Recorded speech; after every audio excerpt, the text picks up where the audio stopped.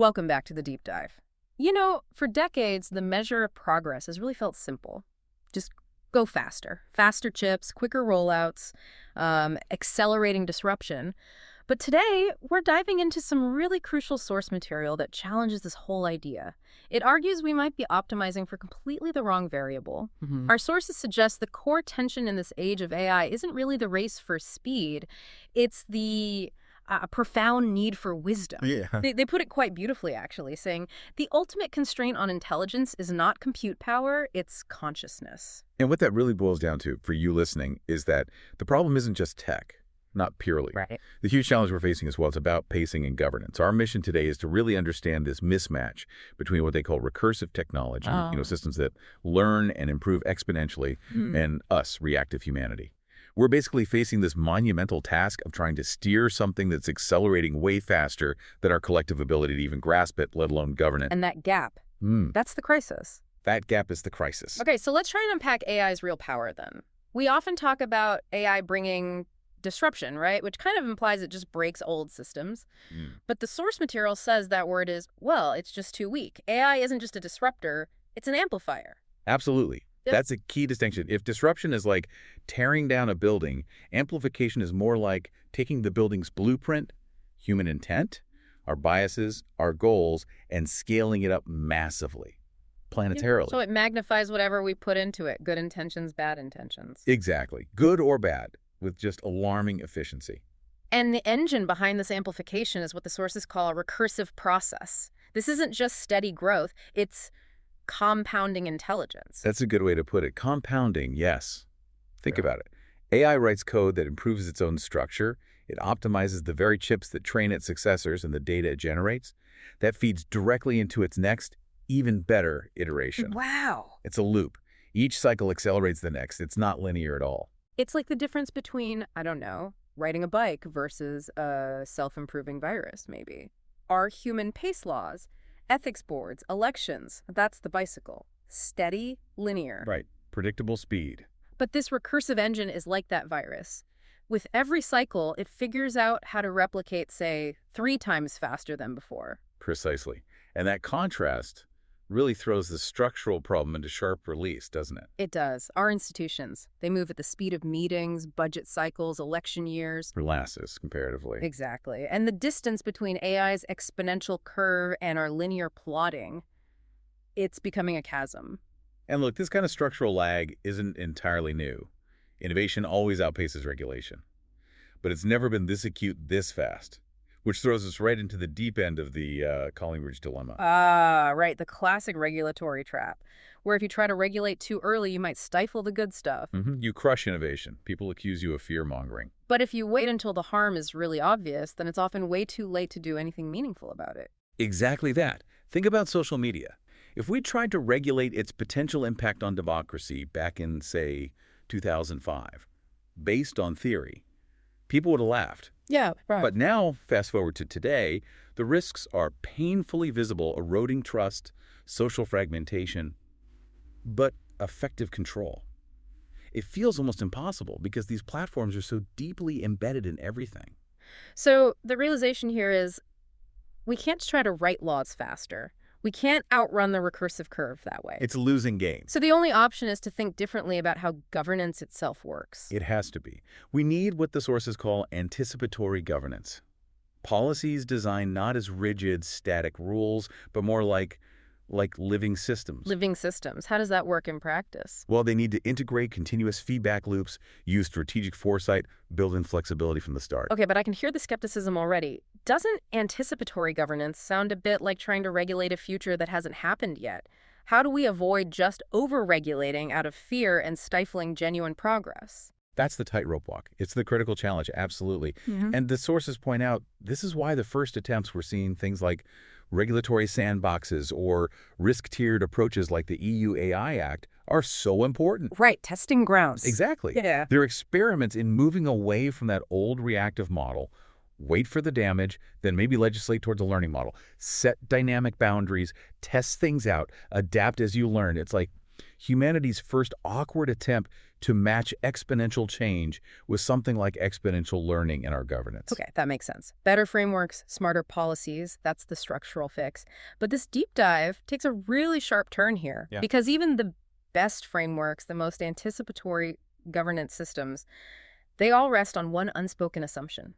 Which is That the people within those systems running them will understand what's going on and, crucially, act wisely. And that assumption right there, that's the fragile part. Because as AI scales intelligence outward, exponentially, the core paradox snaps into focus.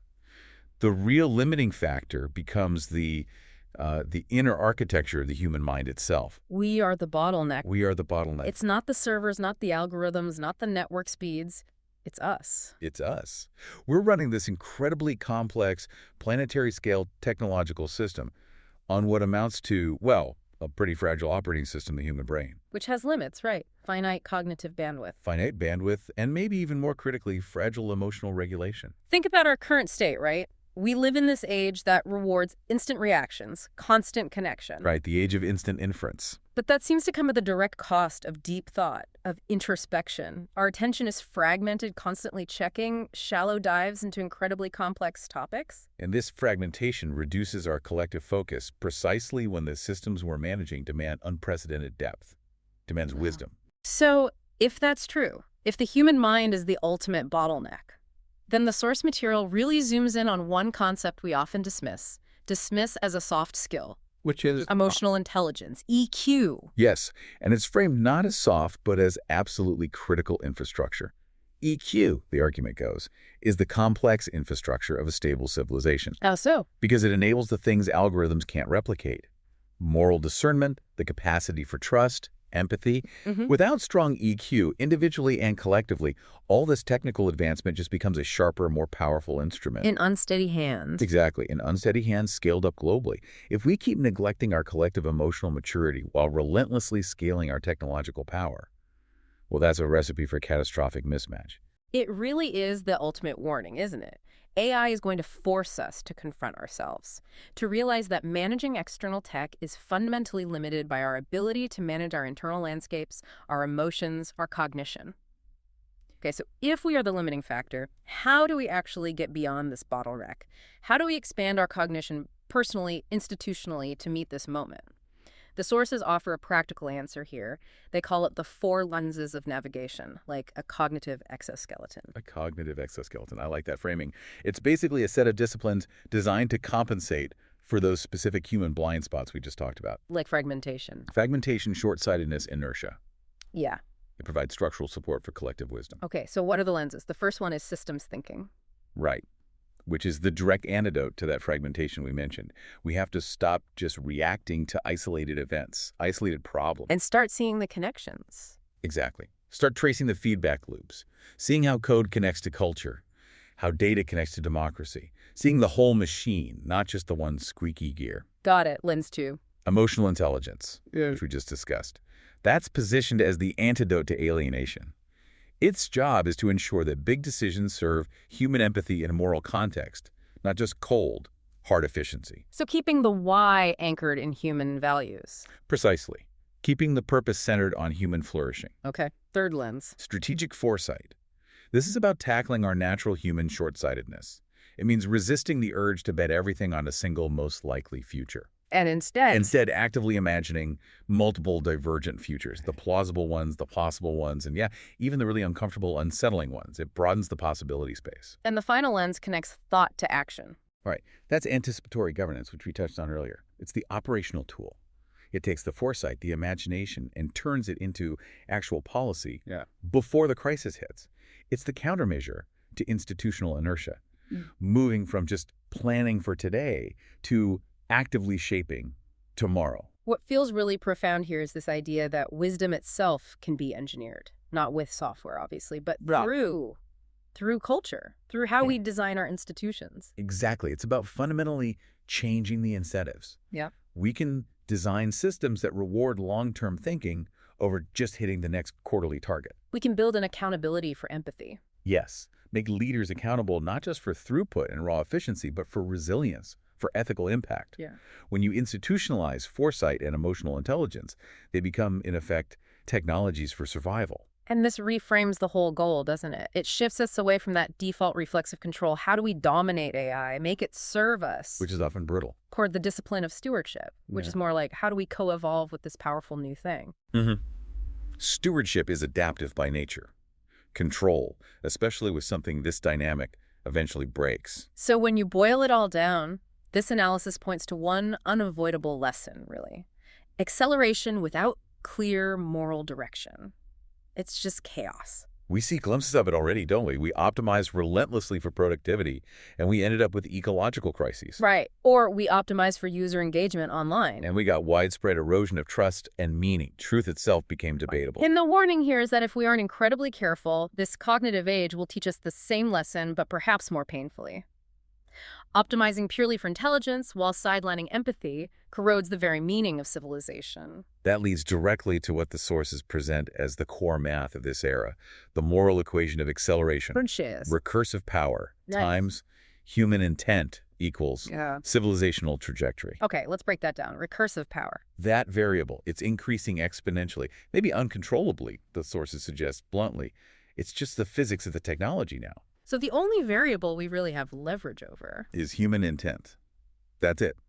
That's our steering wheel. That's the part we can and must shape. Okay, so if a core problem is this runaway exponential speed, what's the practical antidote? We can't just resist it, can we? We can't simply decide to be slow. No, you can't really stop the physics of recursion.